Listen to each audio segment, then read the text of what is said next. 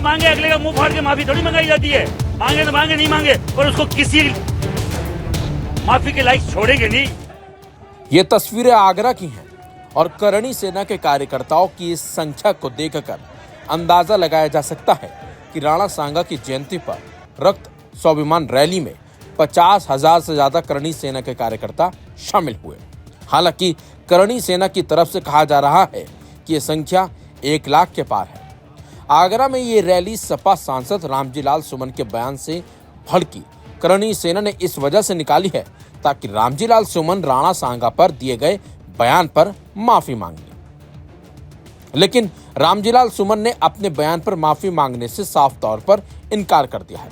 हालांकि आगरा में उस समय माहौल बिगड़ गया जब अचानक पुलिस रैली की तरफ जाने लगी। बस फिर क्या था, पुलिस को रैली में आता देख करणी सेना के कार्यकर्ता बौखला गए और जमकर नारेबाजी करने लगे। हाथों में डंडे और तलवार लेकर पहुंचे इन लोगों ने सपा सांसद रामजी लाल सुमन के खिलाफ भी नारेबाजी की। करणी सेना की इस रैली और कार्यकर्ताओं की संख्या को देखते हुए सपा सांसद के घर के आसपास भारी पुलिस बल तैनात कर दिया गया। दरअसल राणा सांगा को लेकर सपा सांसद रामजी लाल सुमन के विवादित बयान के बाद से बवाल मचा हुआ है। करणी सेना इसका विरोध कर रही है, जिसको लेकर आगरा में रैली भी निकाली गई। करणी सेना की रैली में सुरक्षा के इंतजाम के लिए अलग अलग जिलों से 5 से 6 हजार की तादाद में पुलिस कर्मियों को बुलाया गया। पीएससी की भी कई बटालियन बुलाई गई। सपा सांसद रामजी लाल सुमन के घर की सुरक्षा अचानक से और भी टाइट कर दी गई थी। उनके घर पर जाने वाले रास्तों के बीच में पुलिस ने क्रेन तक लगा दी। बैरिकेड्स भी कई जगह लगाए गए क्योंकि पुलिस को इनपुट मिला था कि राणा सांगा जयंती प्रोग्राम से कुछ लोग सांसद के घर भी कूच कर सकते हैं। वो तस्वीरें देखिए किस तरीके से पुलिस ने पीच सड़क पर क्रेन लगाई। वहीं रामजी लाल सुमन के बयान पर करणी सेना के कार्यकर्ता भयंकर भड़के हुए हैं। उनका कहना है कि किसी भी हाल में सपा सांसद को माफी मांग लेनी चाहिए, नहीं तो हालात और भी देश में बिगड़ सकते हैं। सुनिए प्रदर्शनकारियों का क्या कुछ कहना है। हमारे ऐतिहासिक पात्र, हमारे ऐतिहासिक धरोहर, हमारे रणबांकुरे राणा सांगा जैसे व्यक्तित्व पर 2 टके का एक राज्यसभा सांसद ओछी टिप्पणी करता है कि वो गद्दार है, उनके वंशज गद्दार है। उसकी उस ओछी टिप्पणी के जवाब में हम लोग लाखों की संख्या में यहाँ हैं। कोई उपद्रव नहीं कर रहे। लोग बता रहे पुलिस से डंडे खरीदे, हेलमेट खरीदे, आर्मर खरीदे, कोई जरूरत नहीं है। आज तक करणी सेना पे या किसी भी राजपूत संस्था पे हमारे साथ कभी आज तक लाठीचार्ज नहीं हुआ। 19 साल हो गए सीरियसली ये समाज सेवा करते हुए, समाज सेवी के हिसाब से और एक सामाजिक कार्यकर्ता के हिसाब से किसी माई के लाल में आज तक दम नहीं कि हम पे लाठी चला ले। हम लोग शांति से, किसी को कोई नहीं बोल रहे। यहाँ से 15-20 किलोमीटर दूर है रामजी लाल घर, यहाँ से पैदल भी नहीं जा पाएंगे और हमें जाना भी नहीं है। क्यों माफी मंगाए? मांगे तो मांगे, अगले का मुंह फाड़ के माफी थोड़ी मंगाई जाती है। मांगे तो मांगे, नहीं मांगे और उसको किसी माफी के लायक छोड़ेंगे नहीं। ये राजपूत का वादा है, ये क्षत्रिय का वादा, पूरा देश का क्षत्रिय है। और इनकी चोट, जो नेता की जो सबसे बड़ी चोट होती है वो वोट की चोट होती है। और हम अगर यहाँ से आज कोई निर्णय नहीं आता तो 9 मई को, अप्रैल के बाद 9 मई को महाराणा प्रताप जयंती है, दिल्ली में मनाई जाएगी। मेरे साथ ठाकुर पूरन सिंह जी है और पूरा देश का राजपूत है। यहाँ अगर 2-3 लाख आए तो वहाँ 3 गुना 10 लाख आएंगे। देखो, लोगों को लगता होगा कि ये एक मीटिंग करके या एक प्रोग्राम करके इतनी कर लेंगे। हम रुकने वाले लोग नहीं हैं। आज महाराणा सांगा की जयंती थी, हमने बहुत शांति से मनाई, मना रहे हैं, शाम तक मनाएंगे, बैठे जहां तक बैठे।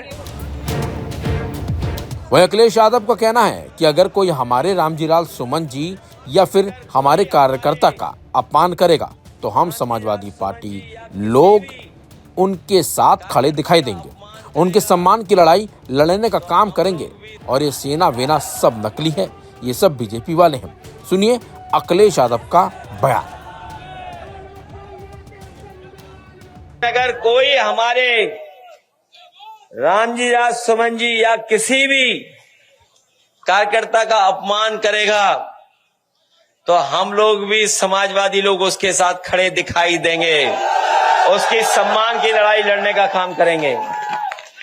और ये सेना वेना सब नकली है, याद रखना। हिटलर ने भी बनाई थी एक ट्रूपर। हिटलर अपने समय पर एक फौज रखता था अपने कार्यकर्ताओं को पुलिस की वर्दी पहना देता था, फौज की वर्दी पहनाता था, फिर अपने विरोधी लोगों को पिटवाता था।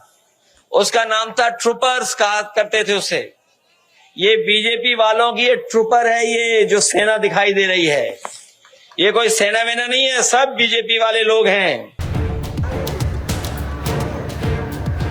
वहीं करणी सेना के आगरा आने पर रामजीलाल सुमन ने क्या कुछ कहा, वो भी सुनिए। कौन क्या कर रहा है क्या नहीं कर रहा है, इससे मेरा क्या लेना देना। कौन करणी सेना, तमाम करणी सेना यहाँ घूम रही है। जहां तक मेरा अपना सवाल है, मैंने एक बार नहीं 1000 बार कहा है, कोई व्यक्ति अपने आप में पूर्ण नहीं है, कोई विचार अपने आप में पूर्ण नहीं है। मैंने राज्यसभा में जो बयान दिया, मैं जानता हूं कि मेरे बयान से तमाम लोगों की असहमति हो सकती है, लेकिन असहमति व्यक्त करने का हमारे देश में एक तरीका है। हमारे देश में आईन है, संविधान है, कायदा कानून है। तो कुल मिलाकर के अगर किसी को तकलीफ हुई तो जो विरोध करने के तरीके हमारे देश में हैं, धरना देना, प्रदर्शन करना, सत्याग्रह करना, अखबार में जाना, कोर्ट कचहरी में जाना, उनका सब इस्तेमाल करते। हिंसा का रास्ता किसी भी कीमत पर हमारे देश को स्वीकार नहीं है। और जिस तरह के तत्व यहाँ हिंसक वातावरण बना रहे, ये मैं समझता हूँ देश की सेहत के लिए किसी भी कीमत पर ठीक नहीं है। क्या करें, अकेले घूमे? जब तमाम ध्वंस मिल रही है, हमारी जिंदगी को खतरा है, लोग गोलियां मार रहे हैं, मेरे परिवार को समाप्त करने की कोशिश की, घर पे बुलडोजर लेकर के आ गए, कोई जीभ काट रहा है, कोई कान काट रहा है, कोई नाक काट रहा है, कोई सीधा गोली मार रहा है, तो उस परिस्थिति में क्या करना चाहिए? मजबूरी था हमारे कोर्ट में जाना, हम हाई कोर्ट में गए। करणी सेना का साफ साफ कहना है कि रामजीलाल सुमन जब तक माफी नहीं मांगेंगे तब तक इस तरीके का आंदोलन होता रहेगा। इसी बीच दिल्ली कूच की भी बात करणी सेना ने कह डाली है।